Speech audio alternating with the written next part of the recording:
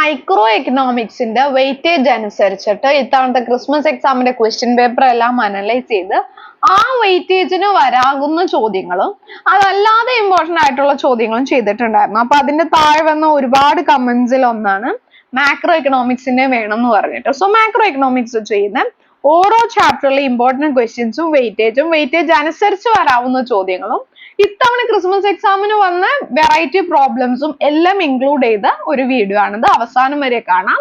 Questions മാത്രം അറിഞ്ഞിട്ട് കാര്യമില്ല അല്ലെ, പ്രോബ്ലം ചെയ്യാൻ അറിയണം, തിയറി എക്സ്പ്ലെയിൻ ചെയ്യാൻ അറിയണം. എക്കണോമിക്സ് ആയതുകൊണ്ട് കുറച്ച് കടുകട്ടിയാണ് തിയറി ഒക്കെ. അപ്പൊ അതൊക്കെ നിങ്ങൾക്ക് ആദ്യം മുതൽക്കേ പഠിക്കണം, പ്രോബ്ലംസ് ചെയ്ത് പഠിക്കണം എന്നുണ്ടെങ്കിൽ നമ്മുടെ ഫെബ്രുവരിയിൽ പുതിയ ബാച്ച് സ്റ്റാർട്ട് ചെയ്യുന്നുണ്ട്. ജാനുവരിയിലെ ബാച്ച് ഹിറ്റ് ആയിരുന്നു, അതുകൊണ്ട് തന്നെ ഫെബ്രുവരിയിൽ പുതിയ ബാച്ച് സ്റ്റാർട്ട് ചെയ്യുന്നുണ്ട്. അതിലേക്ക് എത്രയും പെട്ടെന്ന് ജോയിൻ ചെയ്തോളാം.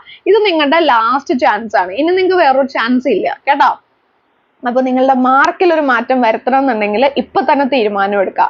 താഴെ കാണുന്ന വാട്സ്ആപ്പ് നമ്പറിൽ hi+2 എന്ന് മെസ്സേജ് അയച്ചു കഴിഞ്ഞാൽ കംപ്ലീറ്റ് ഡീറ്റെയിൽസ് നിങ്ങൾക്ക് അയച്ചു തരും. സോ ആദ്യത്തെ പാഠം മാക്രോ എക്കണോമിക്സ് ഇൻട്രൊഡക്ഷൻ ആണ്. അതിന്റെ വെയിറ്റേജ് 3 വരുന്നത്. സോ ആ 3 വെയിറ്റേജിന് ചോദിക്കാവുന്ന രണ്ട് ചോദ്യമേ ഉള്ളൂ. ഒന്ന് എമർജൻസ് ഓഫ് മാക്രോ എക്കണോമിക്സ്, അല്ലെങ്കിൽ മാക്രോ എക്കണോമിക്സിന്റെ ഒരു ഹിസ്റ്ററി എന്നൊക്കെ പറഞ്ഞിട്ട് ചോദിക്കാം.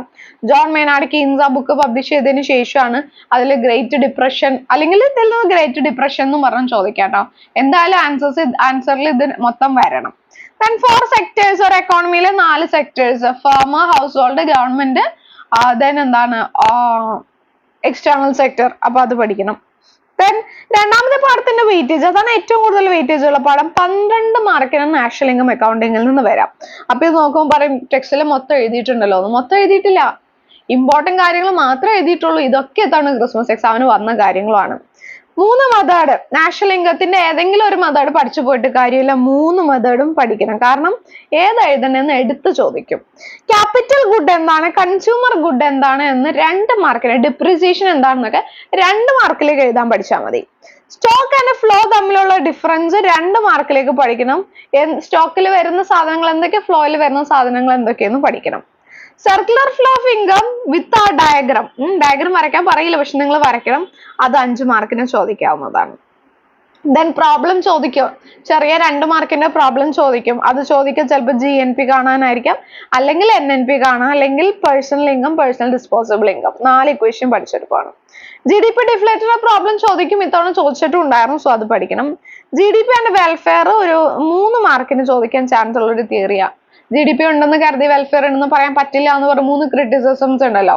GDP and non distribution of income, unequal distribution of income, GDP and externality എന്നൊക്കെ പറഞ്ഞിട്ടുണ്ടല്ലോ. അത് പഠിക്കണം.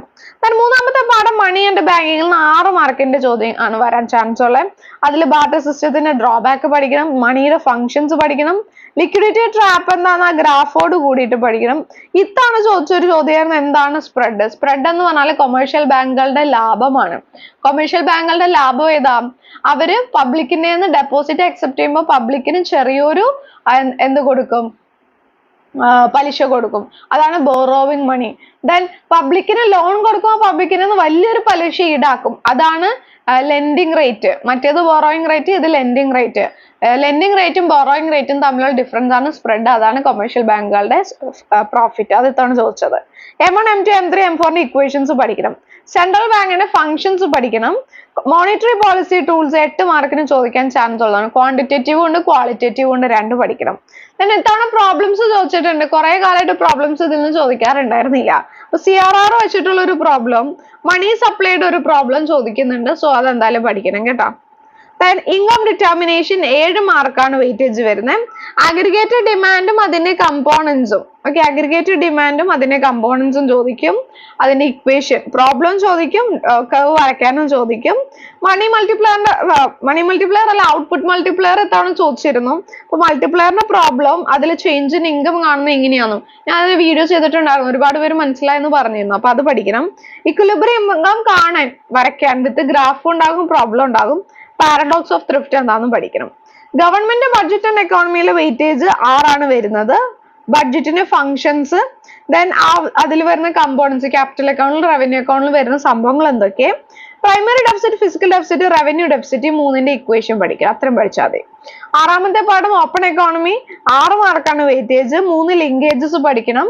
ബാലൻസ് ഓഫ് ട്രേഡും ബാലൻസ് ഓഫ് പേയ്മെന്റിലും വരുന്ന കാര്യങ്ങൾ പഠിക്കണം. എക്സ്ചേഞ്ച് റേറ്റിന് 3 മെത്തേഡ് ഉണ്ട്. Fixed, flexible, manager, floating. 3 മെത്തേഡും വിത്ത് ഗ്രാഫ് പഠിച്ചു കഴിഞ്ഞാൽ നമ്മുടെ മാക്രോ എക്കണോമിക്സ് തീർന്നു. അപ്പൊ ഇത്രയും കാര്യങ്ങൾ പഠിച്ചു കഴിഞ്ഞാൽ മാക്രോ എക്കണോമിക്സ് സെറ്റ് ആണ് അല്ലേ? ക്വസ്റ്റ്യൻസ് കിട്ടി. ഇനി ആര് പഠിപ്പിക്കും? നമ്മൾ തന്നെ പഠിപ്പിക്കാൻ. അപ്പൊ എത്രയും പെട്ടെന്ന് ബാച്ചിലേക്ക് ജോയിൻ ചെയ്തോളാം. Thank you.